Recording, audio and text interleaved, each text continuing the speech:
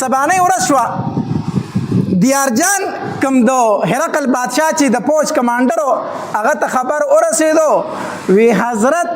زمونږ 15,000 کسان و هغه 15 تنه و 15,000 کسان یې رانه وجلي دي. دیارجان ډېر څه غوسه شو وی تاسو خو بالکل د کار نه یې تاسو روز د دوی فکر نه درځي. نو یو تن ورته وویلو دا مسلمانان ته تر هغې پورې نشي ختمولی چې تر څو پورې په دوی کې یو تن د هغه دی نه دی وجلی یو تن دی پکې خالد بن ولید تی نوم دی تر څو چې د هغه نه دی ختم کړی ته دا مسلمانان نشي ختمولی. نو وی څنګه به یې وجنمه وی قید یې که ګرفتار یې که نو ګرفتار کوم به یې څنګه یا کس وله مشوره ورکړه وی ګرفتار یې داسې که چې هغه ډېر زیات بهادر دی ډېر زیات غیرتي دی ته پسې کس ولېږه ورته ووایه چې دیارجان وایي چې موږ د خالد ابن ولید په لاس باندې روغه کوو. نو هغه دومره بهادر دی چې هغه تاله دلته رارسي نو چې دلته راشي نو ګرفتار به کوي وبه یې وجني دوکه ورسره وکړه. دیارجان وایي دا ټیک ته دا جبیل الله ابن سهیم غسانی دا کوم مرتد شوی کس چې دته وی لاړ شه او هغوی ته ووایه چې موږ د خالد ابن ولید په لاس باندې روغه کوو. هغه راغی چغه یې وویله نو ابو عبیده رضی الله تعالی مخې ته ووتو ستا سره مسلمانانو مشر څوک دی؟ ابو عبیده رضی الله تعالی ته ویل وی زه یم. وی ستا څه نوم دی؟ وی زما ابو عبیده. وی ته نه بل تن دی. ستاسو د فوج مشر څوک دی؟ وی خالد ابن ولید. وی هم دغه یادومه هرقل بادشاه و چې موږ دغه په لاس روغه کوو. خالد ابن ولید وی زما په لاس روغه کوي. او وی زه روغې ته تیار یم. وی څنګه روغه کوي؟ وی هغه دې هلته غواړي و چې راشه. خالد ابن ولید اس ته وختو. ابو عبیده رضی الله تعالی عنہ فرمایلو وی مزه شهید کوي دی رانه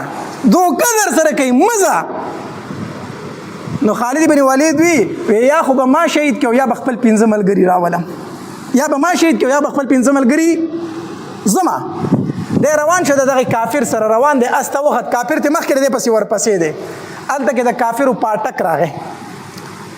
ځکه اخو لس لاکه پوش پروت دی که نه چې د کافرو پاټک راغی هغې ورته وي د اس نه راکوز شه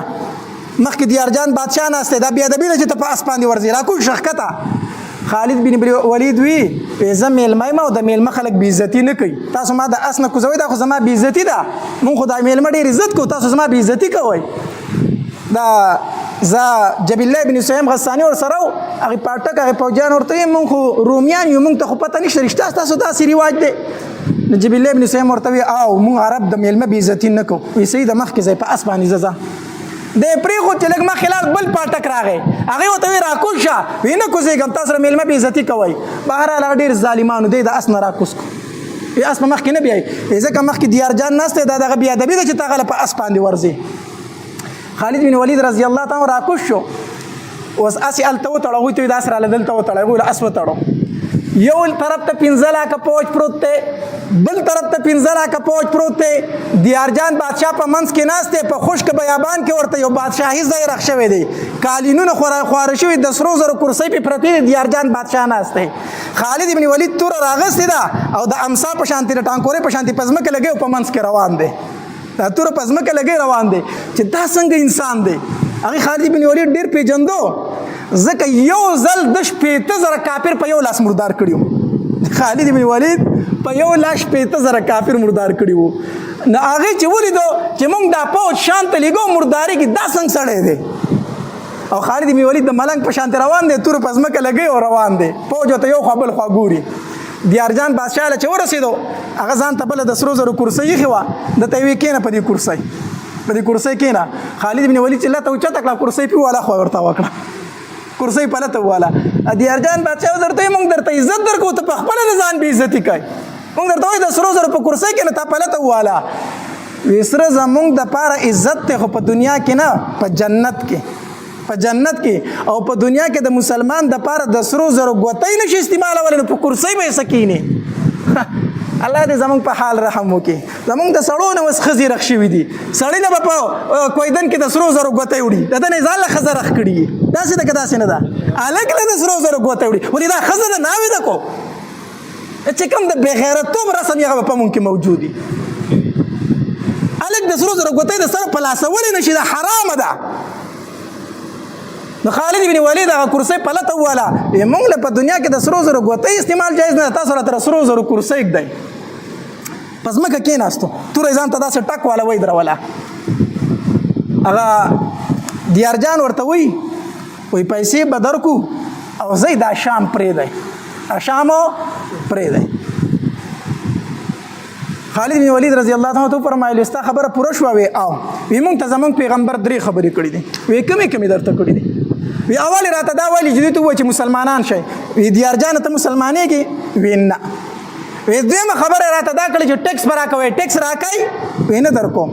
وی درېیمه خبره راته دا کړې تورې ته لاس کو ورته وایه چې بیا جهاد ته تیار شئ جنګ ته تیار شئ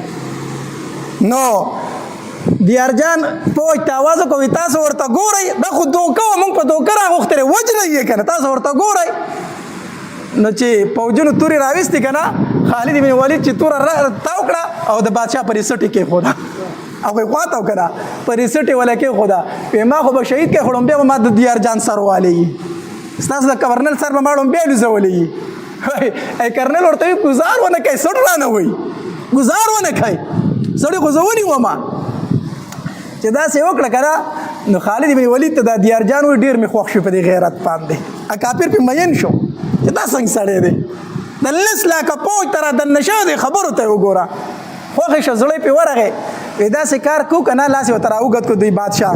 وایي دوستي کوو مرګتیا کوو ورورولي کوو که ستاسو مسلمانانو زه ګرفتار کړم ته به ما ازادوي او که زما ملګرو ته ګرفتار کړې زه به تا ازادوم وروري کوو خوښ مې یې خالد بن ولید ولا د لاس ونیو داسې ولا ټیل وو د مسلمانو د کافر ورورولي نه کېږي اول مسلمان شه ته به زما امیر او زه به ستا خادم یم زه به دې خپلو ته ناست یم اول مسلمان شه دیارجانو ته یې مسلمانېږم خو نه بیا دیارجان بادشاه د خپل سر ته لاس کو یو خول یو ټوپۍ په سر و پای کې ملغلرې پیلې شوې وې هغه یې وله ورکړه وایي دا ټوپۍ په هدیه کې واله او ما له دې د خپله ټوپۍ په هدیه کې راکړه دا به زما سره ستا د لاس نه ښي خالد بن ولید د خپل سر نه هغه ټوپۍ ته لاس کو ور یې وله کړه وایي دا واله در سره زما د لاس نښه شوه او ته کافر یې زه ستا ټوپۍ نه اخلمه زه د کافرو هدیې نه قبلومه هغې پای کې ملغرې لګېدلې وي نو دیارجان بادشاه وایي داسې عجیبه سړی دی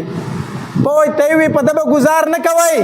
دا زما میلمه دی دی به خپل ځای ته بلکل روغ رمټ واپس کوئ روغ رمټ به خپل ځای ته په ویښته وله ونه بلسئ خو ده ما له خپله ټوپۍ هدیه راکړه او زما هدیه نه قبلوي وی د ده زما سره 15 کسان ګرفتار دي هغه ورله زه په تحفه کې ورکومه 15 کسان چې ما سره کم ګرفتار دي هغه ورله په تحفه کې ورکومه او هغه ورسره ملګري کوي خالد بن ولید د خپلو 15 صحابه کرامو نه مخکې را روان دی توره په ځمکه باندې لګی او را روان دی د کافرو د لښکرو نه راووتو چې د صحابه کرامو نظر پرې ولګېد د صحابه کرامو د نری تکبیر د الله اکبر چغې کړې په الله اکبر په لا اله الا الله او په نبی علیه الصلاة والسلام په درود شریف سره په لوړ اواز باندې چغې شروع کړې 2,000 صحابه کرامو आवाज شروع کو څومره په تیزه چغه شروع کړه یو روایت کې راځي وای حتی جوابته الجبال حتی در دې پر چې غرونو ولم جواب ورکو غرونو جواب داو چې کله سړی تیز आवाज د غرونو په خوا کې وکي نو انګازه لاړ شي بیا د واپس راځي د غرونو نه انګازې رالي د الله اکبر د لا اله الا الله او د درود شریفو دې حدیث نه دا معلومیږي چې په لوړ आवाज سره ته ذکر کولی شي په لوړ اواز سره ته درود شریف ویلی شي دا د 2,000 صحابه کرامو عمل دی